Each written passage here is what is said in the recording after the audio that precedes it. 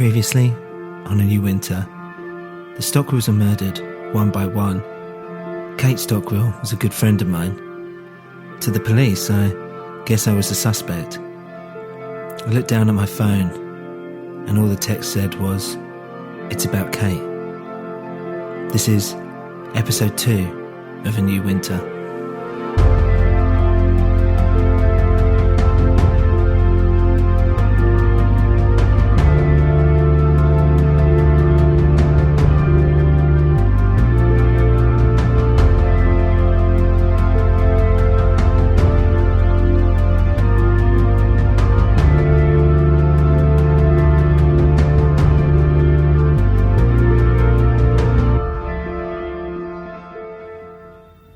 I planned to meet up with Jackie the next morning at Greasy Spoon, which is a British colloquial expression for a dirty cafe for any American listeners out there. This particular one was called Betty's. I remember because I would end up going there a lot during that winter, where it essentially became my meeting room. When I got there, I'll never forget that it was absolutely packed with builders from a nearby building site. As I looked around wondering where to sit, I saw the vision of Jackie sitting there on a lonely table in the corner, surrounded by these slobbering guys who'd clearly been pestering her before I turned up. Nothing bad, just cheeky lads. But someone younger like her might not be able to deal with it. I did initially find it quite funny until I realised that she was deeply uncomfortable. The smell of fried food drifting in the air as well couldn't have helped. As I waved and walked over, I could hear the builders murmuring, nudging each other and laughing. "Hey, do you want to go somewhere else?" I asked. But she shook her head. She said she was fine. She'd ordered some tea now anyway. I nodded and looked at the menu. I noticed her fingers were fidgeting. It suddenly occurred to me that it wasn't the builders that were making her nervous. It was something else. Something that she clearly had been wanting to talk about. I could see the anxiety on her face. I put down the menu in time for the waitress, Betty, I presumed, a large lady who seemed to be completely miserable and sweating profusely, and I ordered some tea and a bacon sandwich. When she left, I asked Jackie what was wrong. "It's Kate," she said. "I think I know who might have done it." I was shocked. "You think you might know who killed her?" She nodded, quietly, one eye on the door. Who was she afraid would walk in? It was making me anxious. "Who then?" I asked. "We went to Berlin," she began. "A group of us. Myself, Kate, Julie, Mina, and some other girls." I listened very carefully as her voice got lower and quieter. She said how they'd all got together to plan a last-minute birthday thing for Juliet in Berlin. And Kate jumped at the idea. She was actually anxious to forget about me. Hold on, forget about me? Kate had told them that we were a couple and that I was ignoring her. But ignoring her how? I hadn't heard from her for a while. We were never a couple. But to Kate and her friends, we were most definitely a couple. I remember sitting back and amazed. I thought we were adults having fun. To be honest, it was stupid for me to think that there was no emotional attachment at all. Of course there was. She was just playing tough the whole time, trying to act cool. She just told me what I wanted to hear, clearly hoping I'd fall for her. I told Jackie I wasn't ignoring her. I hadn't even heard from her anyway. I didn't know how to contact her. Well, maybe that's worse, she said. Well, maybe it was. A sudden dread filled me. What if this is somehow all my fault? What if it was my selfish behaviour that was the beginning of what became her murder? I needed to hear more. And Jackie carried on.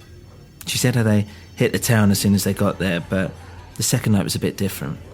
In a bar, one of the other girls got accosted by a small group of middle-aged German men. They came over to where the girls were sitting, trying to enjoy their drinks.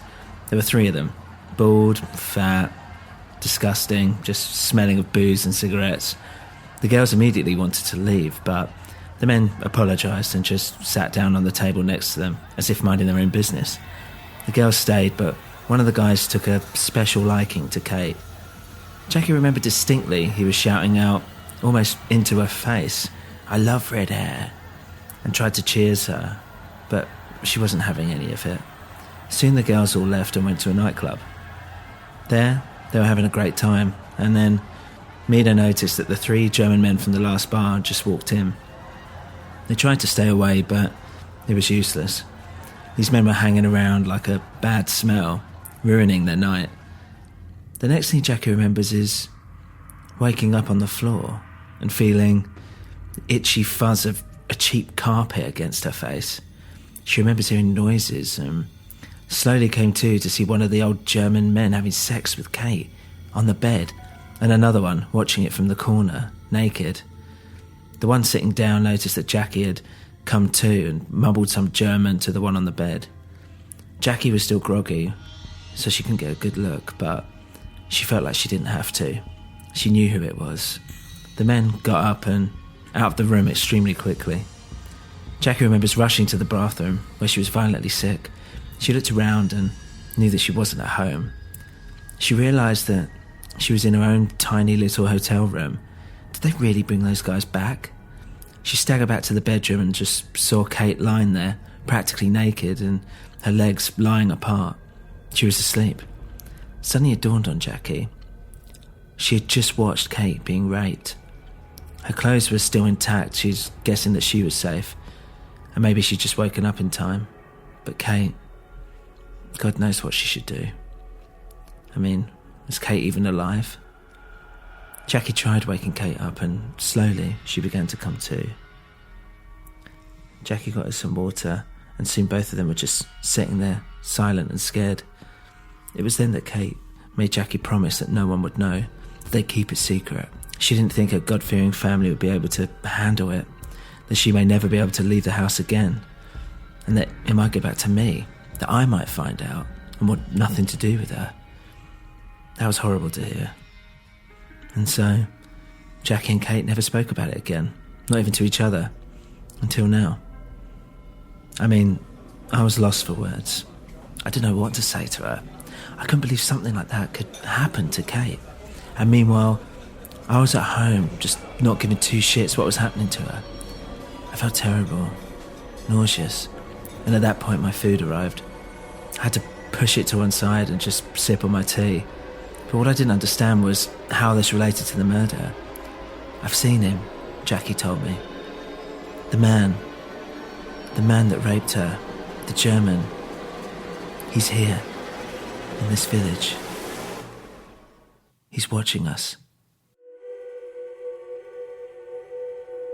If you enjoy the show, please leave a review on your podcast platform of choice. For more info, including how you can support the show, please visit anewwinter.com. Music today was by Kevin MacLeod, Purple Planet Music, and We Talk of Dreams.